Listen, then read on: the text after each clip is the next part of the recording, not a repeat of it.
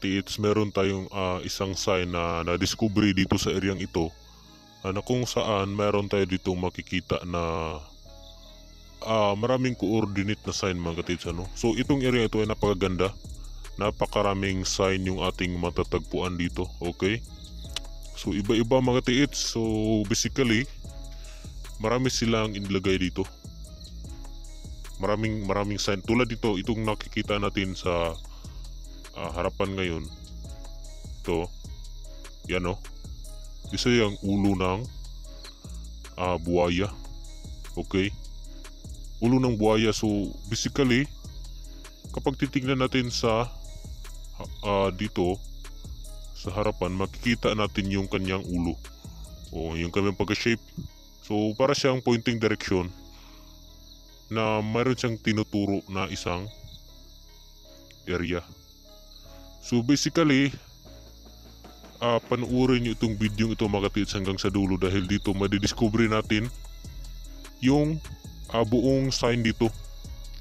Yung kumbaga makikita natin kung ilan yung binaon, paano nila ibinaon. So meron ding mga directional point yung ating makikita. So dito sa part na ito, dito na natin nakita yung isang bato na mayroong parang mesa, napakalapad, parang isang table na mayroong nakalagay na mga sign sa ibabaw. Okay, yan So kung ating mapapansin, para siyang yung isang parang pantusok mga katiits. Yan kung ating mapapansin, yan yung tail yan yung nasa ibaba. So yung purma nito is yung parang mayroon, kung nakakapanood kayo doon sa pelikula na Aquaman, kung yung kanyang dala-dala na pantusok. So basically ganito yung kanyang mukha, para siyang pantusok. So meron siyang kung baga yung sign dito ay meron siyang ipinapahiwatig na isang direction kung saan nakatutok itong pantusok, yung matulis na bagay. Nandoon yung direction. Okay, so nandoon yung direction. So yun yung ating ipapalo. Diba nakita natin kanina yung buhaya? So yung buhaya na yun ay nakatutok doon pa ibaba. So sa ibaba na portion, hindi sa ibabaw. Okay, so yung spear, yung pantusok na mayroong tatlong matulis na bagay, yan ang ibig sabihin yan yung directional point. So sa ibaba, wala doon sa ibabaw, kasi yung kanyang pantusok ay nandito sa ibaba. Kumbaga kung ihahagis natin ito, doon ito pupunta sa ibaba, kasi dito sa ibabaw mayroon ditong maliit na pulse. Yan Okay, so yung ibig sabihin nito is dalawa itong mga katiits. Dalawa itong ibig sabihin nito. Meron tayo ditong makikita na supporting sign dito sa sign na ito. Okay, so dito ay makikita natin na meron siyang mga mapa. Okay, yan mga directional point. So dito nakalagay sa parang mesa. Parang mesa ito mga katiits, para isang table na dito na nakaukit lahat. So isang pana, directional point, tapos itong maliliit na mga linya, yan yung daanan. Okay, yung mga sign mga katiits, minsan hindi yan nakalagay sa mga doon sa may lupa. Minsan inilalagay nila doon sa mga creek tulad nito. Hindi tayo makakita ng ganitong mukha doon sa may sa may lupa. Dan doon talaga yan sa mga creek, kasi dito sa creek hindi natin yan mapapansin at mahahalata, kasi marami ditong bato. Okay, and also dito yan mga confirmation sign ng pang-deposit, butas. Okay, di ba?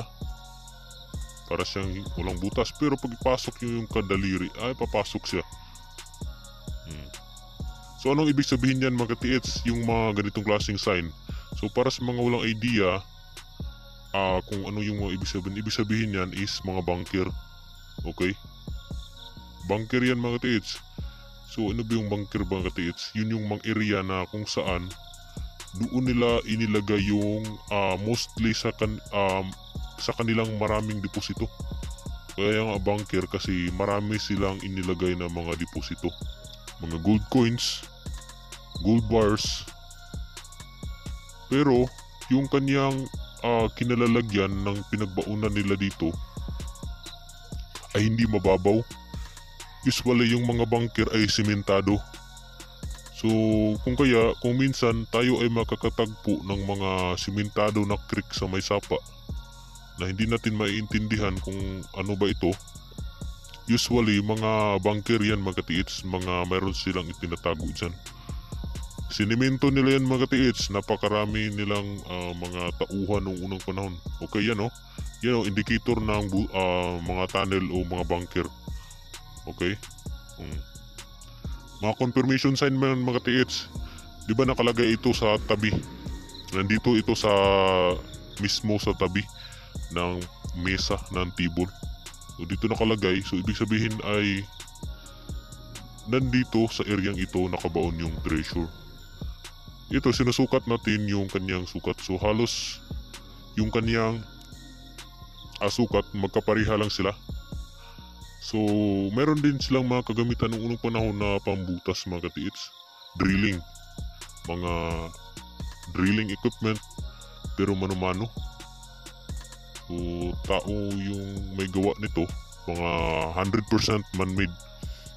Meron talaga itong mga treasure na nakabaon dito sa areang ito. So based dito sa ating nakita, ito mga ka-TH, tiningnan natin dito sa likuran. Diba ito yung bato na mayroong butas na tumagos sa kabila. At dito na nga ako ay nagulat dito sa ilalim. Ito yung pinaka common na sign. Okay? Ng mga treasure. Mga common na sign na kung saan mayroon dito nakabaon ng mga big deposit. Ito yun mga ka-TH. Yan o. Yung bang bato na parang mayroon siyang shape na circle shape na malalim yung kanyang gilid. Okay? So ito yun. Napakaganda nito. At ito yung pinaka madaling sign na ating makikita at pinaka common. Usually kapag makakita tayo ng ganito, ang basic na mga ibig sabihin nito is mga positibo. Meron ditong, usually meron pa itong nakalagay na mga giveaways yung iba. Marami na naka-encounter dito mga ka-TH, yung mga iba ay halo. So dito hindi pa natin sinubukang paluin. So baka halo to. At baka meron sila ditong inilagay ng mga giveaways. Diba parang mayroong circle na bilog? O para siyang kakaiba at kahinahinala. So ito yung napansin ko dito. So napakaganda. So yung kanyang tinuturo ay doon sa ibaba. Okay, so dito meron tayong mapapansin na 4 na butas. Okay, yan o. 4. So ano bang ibig sabihin yan mga ka-TH? Okay, yan o. Ito ay pagbaon.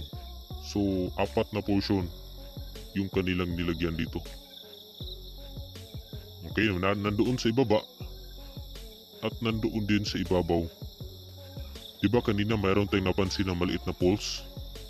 So yung pulse na yun ay kakaiba yung kanyang ground. So possible na mayroon din silang ibinaon doon.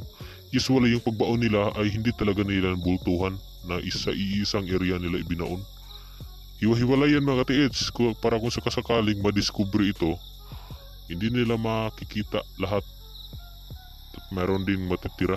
Kung kaya naglagay sila ng mga palatandaan kung ilan yung kinagbinaon at kung paano nila ibinaon. Okay? So ito, meron tayo dito makikita na kakaiba. Kakaibang mga bato na napakalalim na ng hukay nito. Okay, so yun lang mga tiits. So huwag niyo kalimutang mag-subscribe sa ating channel.